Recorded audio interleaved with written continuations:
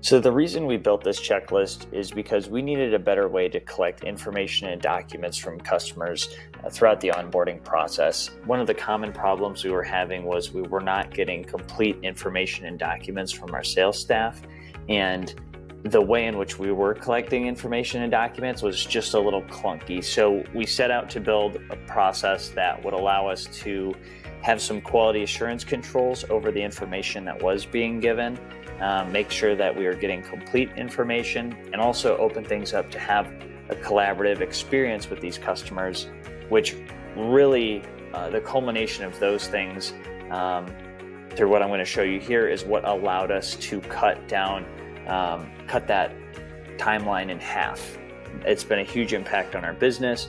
We move much quicker. We're getting much better information, and the client experience, as I'll show you, has been much, much better. So how this process works, all these information, all these images that you're going to see here are all built out in Canva and uploaded as images. The way this process works is that on the front half of it, it's all internal facing, meaning that we're pulling levers behind the scenes and using conditional logic to set up the back half of the process, which is going to be customer facing, to only show them the pertinent information and data requirements that we need from them. So it's only what they need, nothing they don't. So to do that, we'll complete through here, rename our checklist, add our salesperson. This dynamically assigns to all these other tasks that are about to populate here. And it's a rather large checklist, so I'll spare you some time as I completed a number of these things ahead of time. I'm going to illustrate how the conditional logic works here. So states for withholding, let's say Illinois, and let's say Utah. And I'll show you how that flows through on the back half of this with that logic. We'll complete that. So this was all the salesperson inputting this information. This is all triggering conditional logic to where on the back half, it's as we're adding this information, the checklist is building itself out.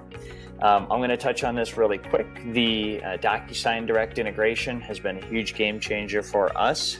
We actually collect signatures in the process before this and then automate that data through the Process Street automation to link directly into this checklist. So that new way to map fields through that direct integration has been fantastic. And we've also built a Zap on top of Docusign through Zapier to go out, grab the envelope download link, and then add it in here. And it pre-fills this, as you see by automation 2 days ago. So it pre-fills that link in there so that at any time we can come in, take a look at those documents, download them again, and if we need to have another look at those. So we'll move through that piece. And here we get to really what makes this process go for us, which is the client collaboration. Here we have some conditional logic built out to say, are they working with an affiliate? Affiliate would be like a CPA or another trusted professional that can provide this information on the client's behalf. Or do we want to bring the client in to say self-service and provide these documents and information themselves? So for here, we're going to say yes. And then this email field pops up. This is the email that is going to dynamically assign to these steps down here. So once we type in the customer's email, they're going to get an email themselves in their inbox that says, hey, you've been assigned these tasks. They're going to say, what's Process Street? So to really add to the customer experience, we spin up this email to them that goes in addition to that Process Street invitation that just says, hey, here's what's happening. Here's what you can expect, and here's really what you need to do. We thought that really was a nice touch and allows us to kind of get our arms around them to guide them through this process as well.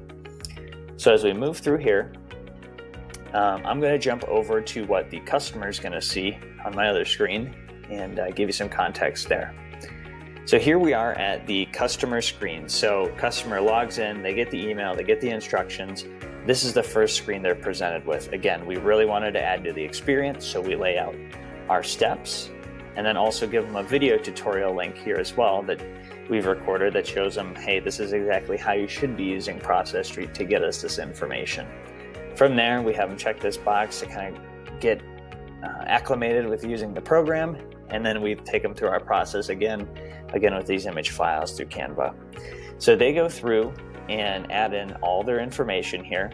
So this creates that nice self-service experience that we really wanted.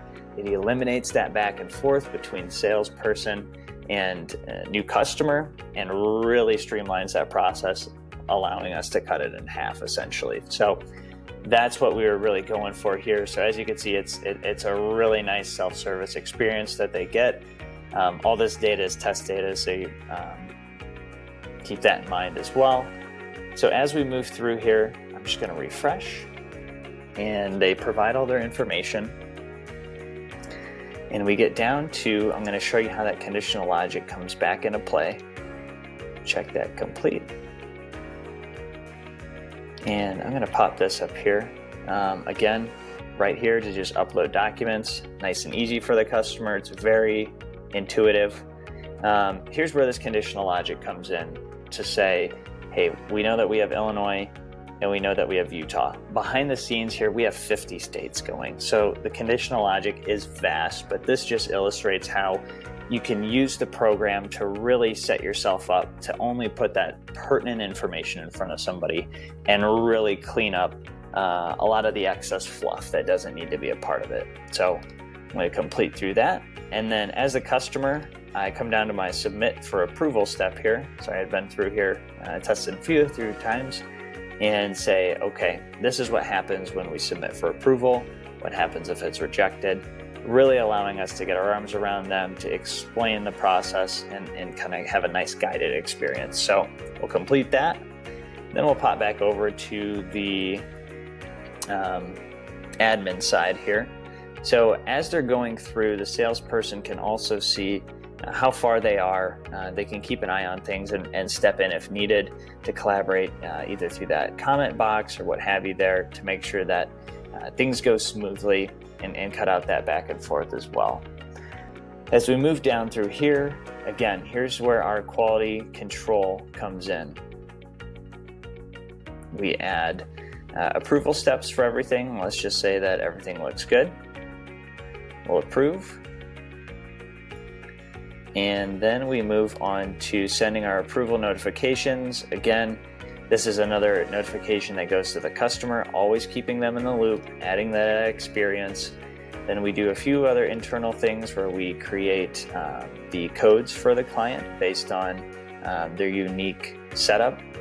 Then by clicking on this task, what this does is creates a folder in Google Drive and also a summary form of all the information we collected. This is also a game changer for us. It allows us to, with one button, one click, create a summary form of all that information. Here we are. Which has been a true game changer for us as well, and really just puts all that in one place, making things nice and simple. Also in that step, when you check that button, it does create a folder in Google Drive for the new client as well. So that's been fantastic. We move that information over into that folder. And then our final step here is to hand off to our implementation team. And by checking this button, we're utilizing that Process Street direct checklist integration to take all this information and flow it into the next checklist from just completing this step here. That's also been a game changer for us and really has sped things up quite immensely for us. So that's how the process works. Finally, we send some implementation, a notification, and that really is an overall summary of how we've taken our information and document gathering process from 14 days down to 5 on average. It has really been a game changer for us, getting us complete information, allowing for more quality control, and also allowing us to collaborate more directly with the customer to streamline that whole process.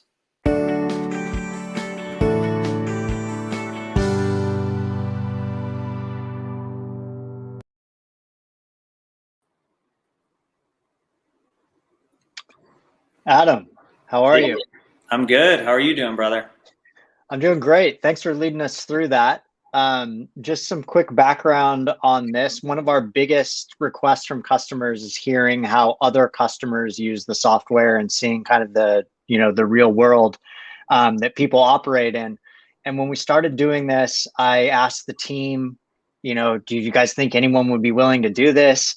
And immediately, I think it was Ann actually said, I've got someone, I just saw his workflow and it's incredible. So I caught up with Adam and I told him, if you can do 3 to 5 minutes and really hit on the feature that is really knocking it home for you and the impact on your business, that would be great.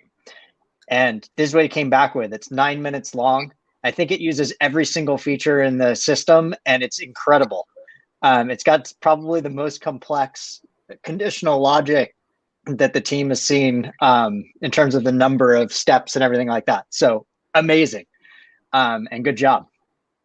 Oh, I appreciate it. It's exciting to share it with you guys. And I know I've shout out to Ann Perry, who's always been fantastic to work with. She's always been the go-to to reach out to at Process Street whenever we needed anything. So appreciate you guys pulling me in here today and happy to share with the rest of the community. You bet.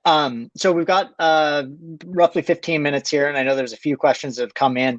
I was wondering if maybe you could just kind of give us a brief overview of like what you guys do and what your business is. Absolutely. So I'm part of Wetmore Consulting Group, where we do, full-blown consulting. So restructuring from operations, processes, financials, things like that. And in the work with those clients, we've really found that there's just really common need for just process improvement, documentation, automation at certain levels. So out of Wetmore Consulting Group, we've spun Build the Process, which is the company that now focuses solely on documenting, identifying, and then building our clients' processes within Process Street. So that's how our company came about. That's kind of what we do. But there's just this crazy gap in the marketplace for especially small businesses that might not know how to get started, or might think that process automation is scary or super expensive. To say, it's not what you think. It's easier to get started, and we try to help people move along in that process journey to get them to a spot ultimately where probably a lot of people on this call are at today. Yeah, before we hop into the questions that are coming in, I was wondering if you can give us a little bit of the strategy you used for how do you get started?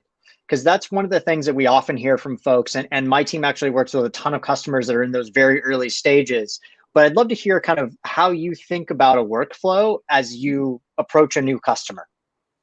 Absolutely. So the first thing we want to do when we meet with a new customer is align on expectations and understand, can we really add value? Because if you come to me and, your needs truly are asking us to build out, an entirely new CRM for you and your company, that's probably not, what we're going to be a great fit for.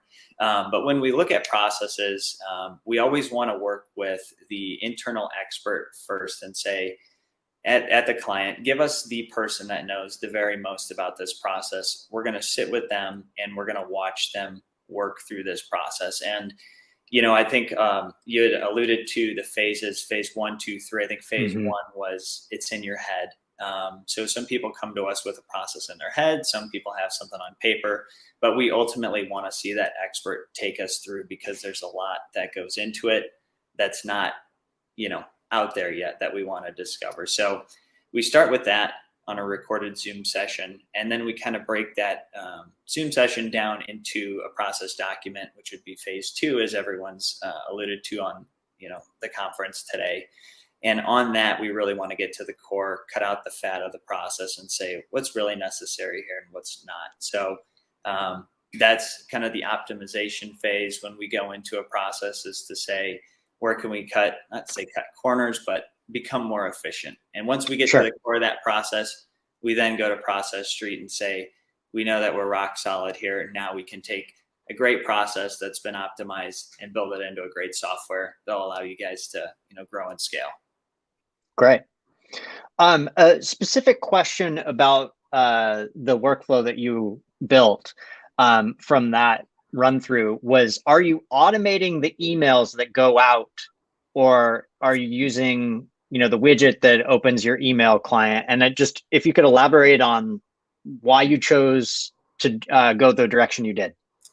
Yeah. So when we built this out, we didn't want to get too heavy with the automation piece to say, because when you go that far into automation, you've got emails flying that, maybe you don't realize are flying, or, might not be the right context for the situation. Yeah. So that's why we really like to keep the email as the email widget within the software, because conversations can ebb and flow. If you send a customer an automated email that says, "Hey, it was great to meet you today," but you've talked 5 times in the past, the context doesn't translate. So we just liked a little bit more control on that front, especially through a sales process that can be different depending on the situation.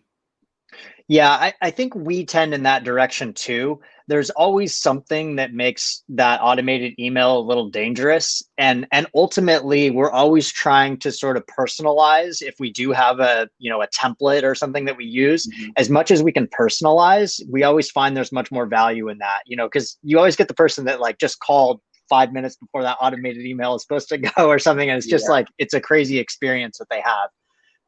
So we tend in that direction too. While it is possible to do that through a Zapier integration, we generally don't recommend it unless there's a compelling reason to do it. One other question that came in regarding your conditional logic. Paula mentioned that she has a ton of conditional logic in her workflow as well, and she was interested to know how often you update it. And when you do, how do you handle that? Because that is one of the things that, as it gets more and more complex, it is very complex to update that and know the ramifications of your changes.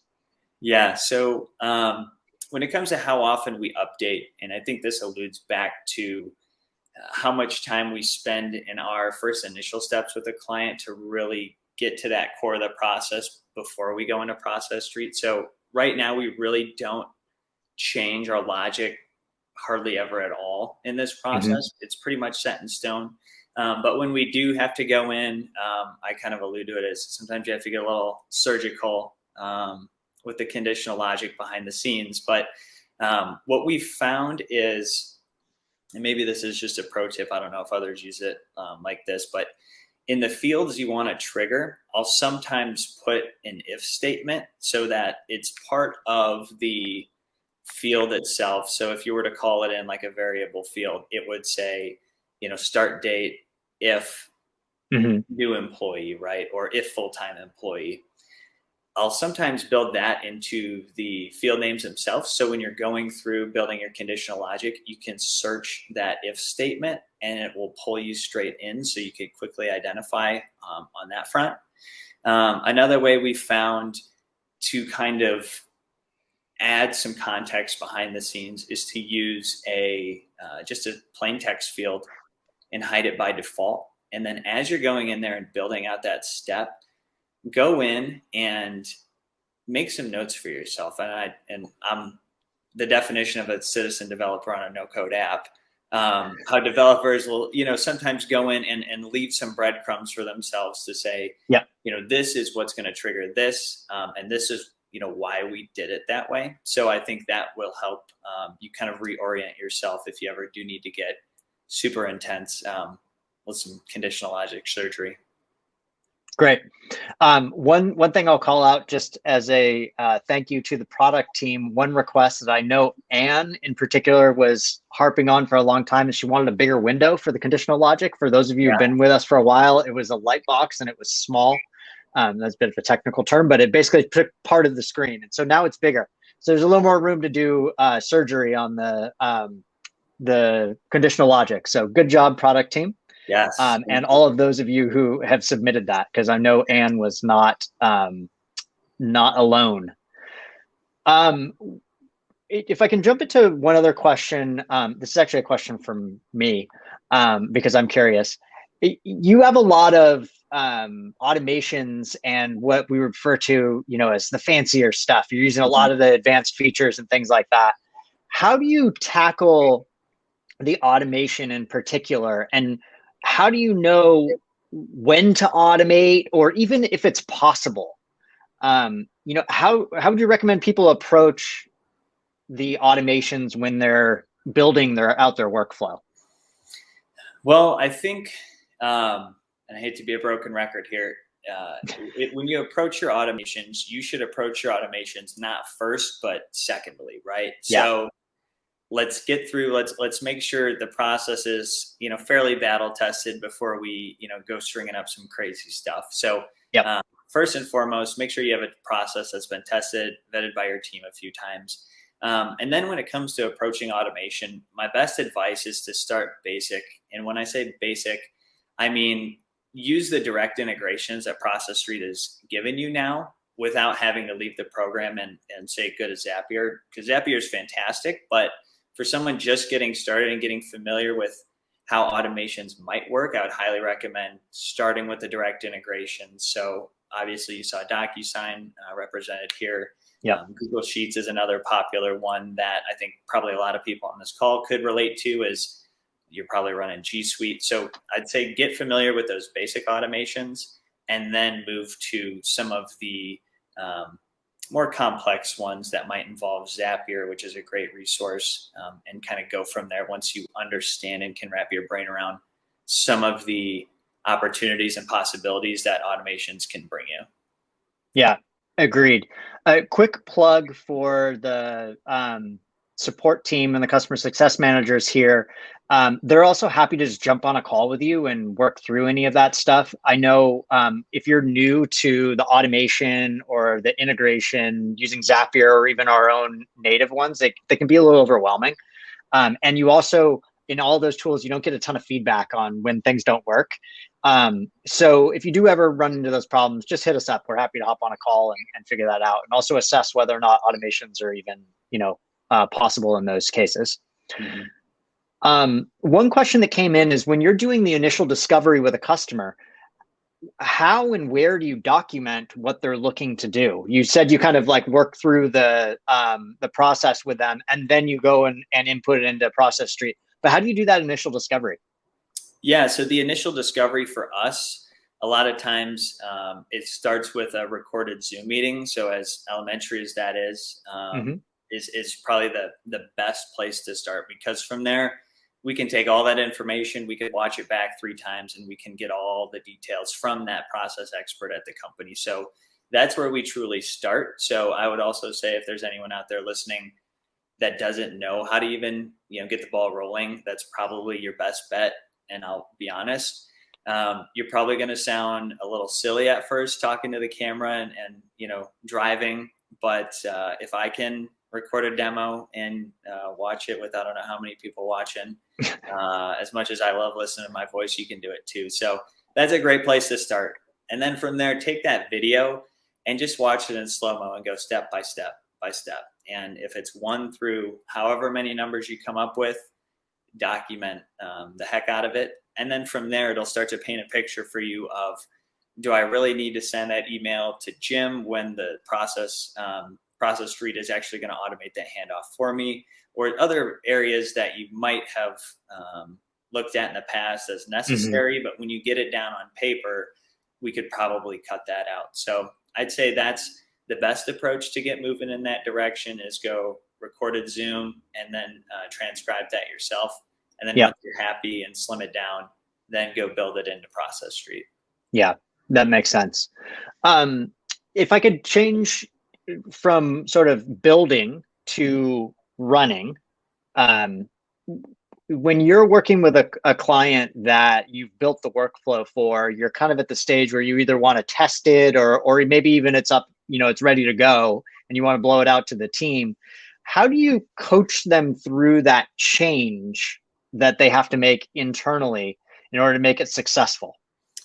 Yeah, so that's a great point. And one of the biggest steps in our process is testing and then implementation, right? Because as you alluded to, it's a big shift, and it might be a new piece of technology for somebody that hasn't been involved in the build out process up to this point. So what we do actually, Jason, is we've built now follow me here. We've built a process in Process Street. Of course you have. That trains employees on how to get acclimated with Process Street. So it walks you down through, this is your reporting dashboard, and then be sure to look out for this. If, you're seeing 30 things on your inbox tab up here, but you actually need to do 5 tasks, you probably need to hit the task drop down. So it includes a bunch of pro tips that we've found implementing with these customers to say, let's walk through the program together.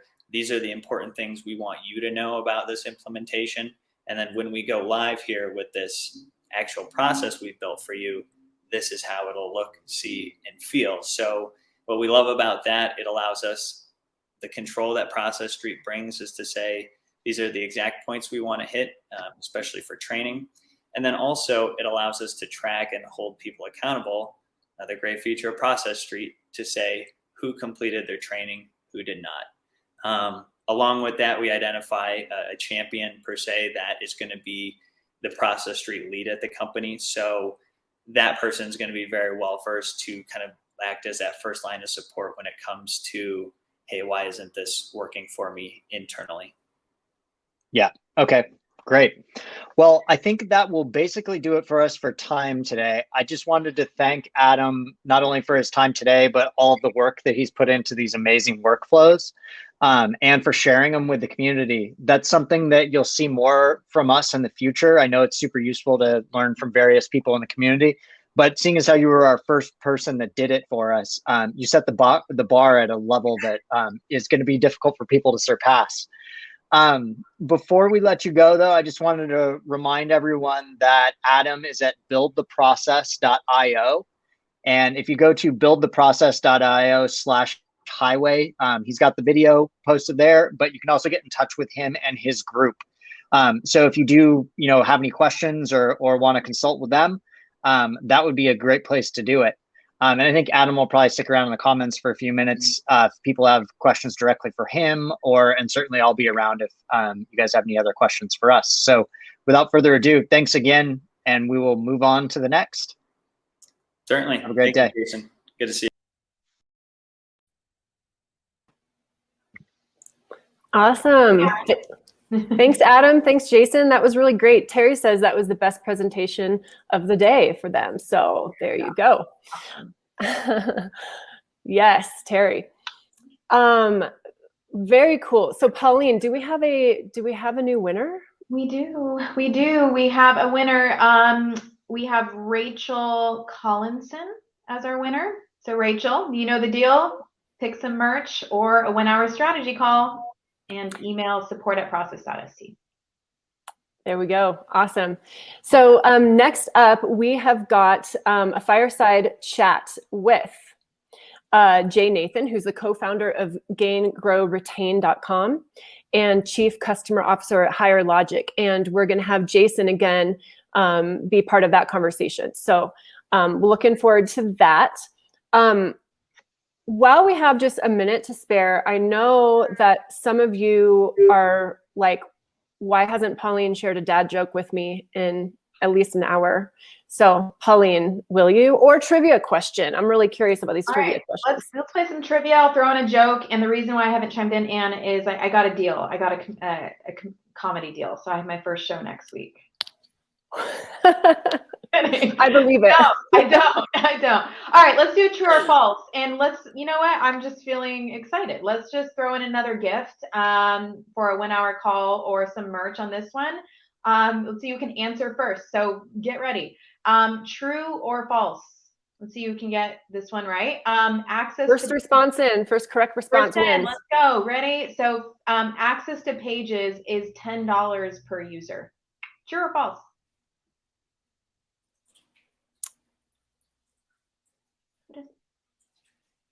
Anybody? Also, Aaron has an amazing dad joke in there. Okay, true or false? Access to pages is $10 a user.